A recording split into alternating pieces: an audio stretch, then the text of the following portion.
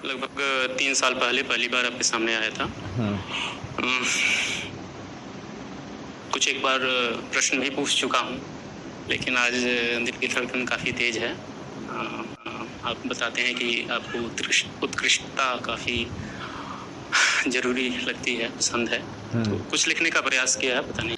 आप पिछले साल आए, फिर उसके 3 साल पहले आए, 5 साल पहले आए, ऐसे आप सालों साल आते रहेंगे, सुनते रहेंगे, जाते रहेंगे। तो क्या मतलब है ऐसे सुनने में, समझने में? आपने बैठाल क्या लिया है? आपने समझ क्या लिया है? आपने इतने उसमें क्या आपने अंदर ढाल लिया अपने आप को कि हमें कुछ तो समझ में आया है? और फिर बोलने के बाद भी, और जो बार बार आप गीता की बात करते हैं, गीता की बात करते हैं, गीता की इतनी बात तो मैं भी नहीं करता हूँ। और अगर आप गीता की बात करते हैं तो गीता की बात करते बस रहते हैं, गीता पे चलते क्यों नहीं हैं आप? ये बड़ी बेवकूफ़ी जैसी बात लगती है कि आप यहाँ जो इतने सेशन में बैठे हैं, रेगुलर आते हैं, क्यों रेगुलर सुनते हैं? क्या होता है उससे? आदमी चाहे तो एक बार में ही अपने आप को ढाल सकता है, अच्छी चीज़ों में और बुरी चीज़ों में भी। या फिर साल भर भी अगर रोज़ाना आते हैं तो रोज़ाना में भी वो कुछ नहीं कर पाएंगे। हाँ, ये काम धंधे, आराम करना, विश्राम करना, ये शरीर का काम है। और आप अंदर की बात पे आ जाते हैं। आप खोज खोज के जो क्वेश्चन लेके आते हैं, जैसे आप अभी विश्राम लोगों को लगता है कि सुबह से शाम हो गई, रात हो गई, मैं थक गया हूँ, अब मुझे नींद आ रही है, मैं सोने जा रहा हूँ या सोने जा रही हूँ। तो उनको लगता है कि शरीर थका हुआ है, अब नींद आ रही है। तो ऐसा संभव है? क्या शरीर कभी थक सकता है आपका या हमारा? थक सकता है? थोड़ा गौर कीजिए, विचार कीजिए। गीता की आप बात करते हैं, आत्मा परमात्मा की बात करते हैं। परमात्मा और आत्मा ये सिर्फ एक शब्द हैं और कुछ भी नहीं। हाँ, जो श्रम से संसार बस पाया जाता है। अब ध्यान से समझना, श्रम मतलब मेहनत, मेहनत से सिर्फ संसार पाया जाता है। संसार का मतलब जो सामने रखी हुई वस्तुएं हैं।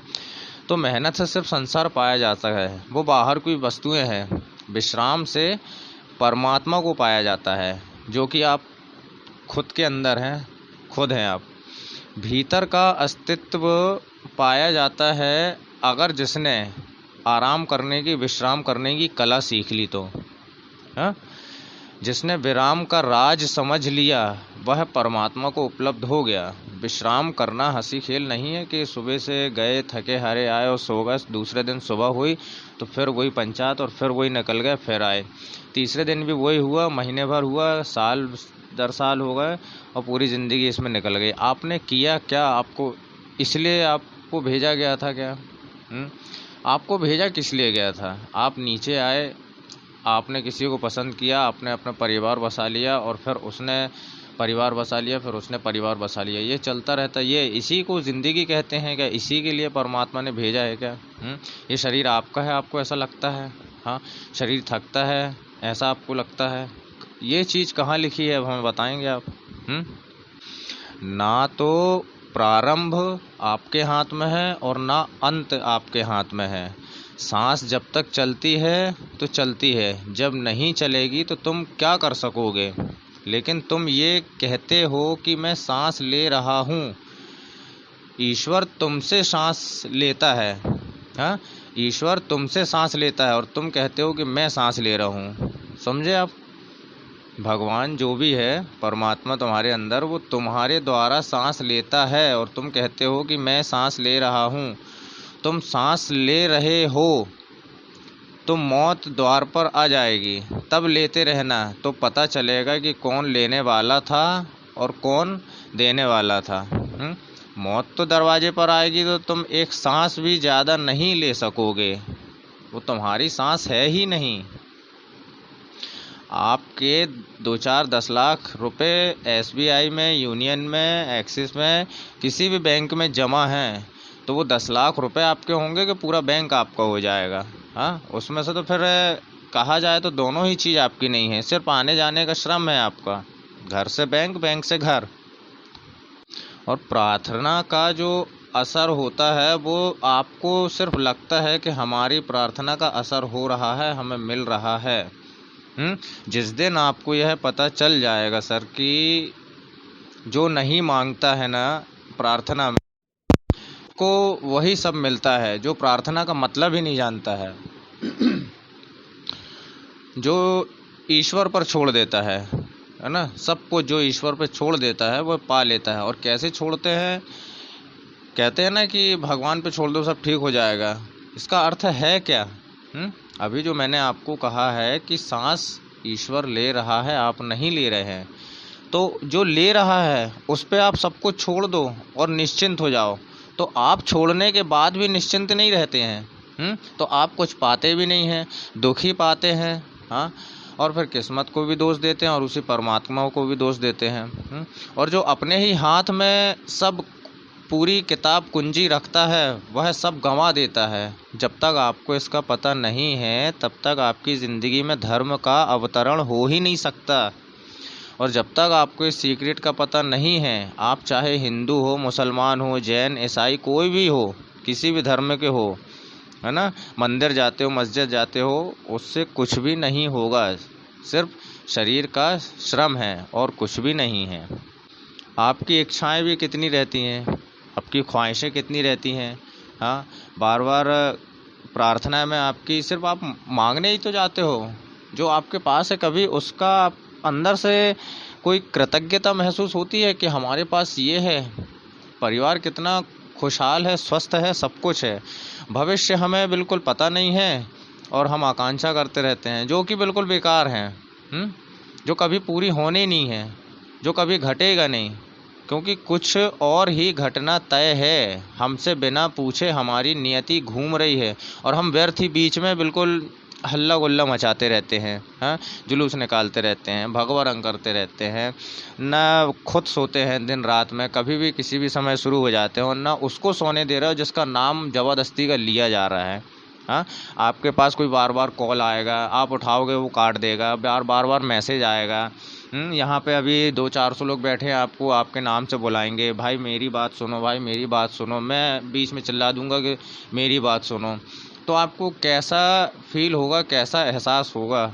हाँ भाई, ईश्वर तो ये बोलता है कि अगर तुम्हारे अंदर मेरी आदतें हैं 1% भी, तो तुम मेरे सामने आके अपनी बातें रख सकते हो, मेरे सामने आके खड़े हो सकते हो। और अगर मेरे जैसे नहीं हो, तुम मेरे सामने खड़े होने की ज़रूरत नहीं है। हाँ, तो बदलाव तुम पढ़ते जाओ, गीता पढ़ते जाओ, और गीता तो अभी अभी है, बहुत निकलती जा रही हैं, जैसे अभी रोज़ छपती है गीता, है ना। तो सही चीज़ क्या है उसको पढ़ने के बाद उसको समझना बहुत ज़रूरी है। जब तक नहीं समझोगे आपका मन आपसे बार बार पूछेगा कि ये तुम पढ़े थे तो इसका मतलब क्या हुआ, वो बार बार भटकेगा और आपको जानकारी नहीं मिलेगी कि मैं भटक क्यों रहा हूँ, अपने घर से भटक रहा हूँ, मन घर में शांति नहीं रहता, बाहर जाता हूँ बाहर शांति नहीं रहता, नौकरी नहीं कर पाता हूँ, धंधा नहीं कर पाता हूँ, हर जगह से ये होता है मन का भटकना। आप मंगल शनि को उपास करते हैं, हनुमान चालीसा पढ़ते हैं, 1 बार 7 बार 100 बार जितनी बार पढ़ते हैं। हनुमान चालीसा का अर्थ आपको मालूम है, एक एक शब्द का अर्थ मालूम है? अगर नहीं मालूम है तो आप अंधविश्वास में भटक गए हैं। मैं हनुमान चालीसा की उसमें नहीं बोल रहा हूँ कि वो नहीं पढ़ना चाहिए। हनुमान चालीसा में पहला शब्द आता है हनुमान। हनुमान का अर्थ समझो। अगर नहीं समझ में आ रहा तो आपको नहीं मालूम कि आपके अंदर की चीज़, जो चेतना आपको बार बार झंझोड़ रही है कि ये हनुमान का मतलब क्या है ये।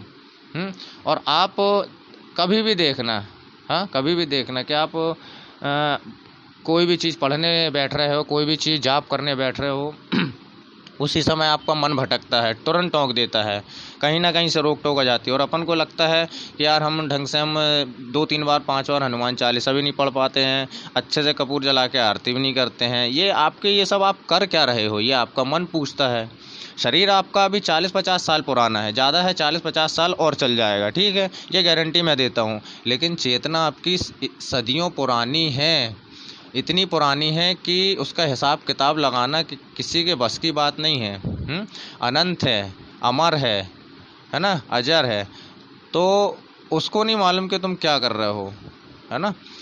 तो समझो पहले, और जो चीज़ अभी पढ़ रहे हो, हाँ, तो अभी हर किताबों में उनके लेखकों के नाम लिखे रहते हैं, शास्त्रों में सभी उनके नाम लिखे रहते हैं, ऋषि मुनियों के। उनके पहले जाओ, हाँ, उसके पहले की मिलती हैं कोई किताबें तो उनके पहले जाओ, उनको पढ़ो, फिर उनको समझो, धीरे धीरे जाके सब समझ में आ जाएगा। लेकिन आप अगर पढ़ते जाओगे और अपने आप को नहीं बदल रहे हो और फिर उसी लाइन पे जाते हो तो कोई मतलब थोड़ी। आप हमें रोज़ सुनते रहोगे, कई सालों सुनते रहोगे, हमारे मरने के बाद हमारी कैसेटें आप सुनते रहोगे, हमें वीडियो ऑडियो वगैरह सुनते रहोगे, तो कोई मतलब नहीं ना। जब तक आप अपने ऊपर धारण नहीं करते कोई भी चीज़, उसका फ़ायदा नहीं होगा। बाहर के जो दुकानदार आपसे बोलते हैं कि भाई ये कंकड़ पहन लो, आपके साथ ऐसा ऐसा होना शुरू हो जाएगा, भाई उसकी बात आपने मान ली, वो कौन होता है तुम्हें बताने वाला? पहली चीज़ तो ये है। हाँ, तुम्हें खुद पे विश्वास नहीं है, खुद पे श्रद्धा नहीं है, तुम उसकी बात मान रहे हो। बोल रहा है ये तुम पुखराज पहन लो अपने सप्तधातु अंगूठी में, सही हो जाएगा। तुमने धारण कर लिया उसको, अंगूठी को, बाकी उसके अलावा कोई चीज़ धारण नहीं की। बाहर क्या हो रहा है वो थोड़ी जानता है, लेकिन अंदर की चीज़ तो जानती है ना कि तुम कैसे हो। तुम्हारा नेचर, तुम्हारा स्वभाव, तुम्हारा चरित्र कैसा है, तुम चरित्रवान हो कि चरित्रहीन हो। हाँ, तो जो जानता है तुम्हारा चरित्र, उसको बदलने की कोशिश करो, उसका साथ पाने की कोशिश करो। हाँ, तो आगे बढ़ सकते हो, वरना आप जो योग दृष्टा, आकर्षित, ये सब फालतू की बातें हैं, ये सब, है ना।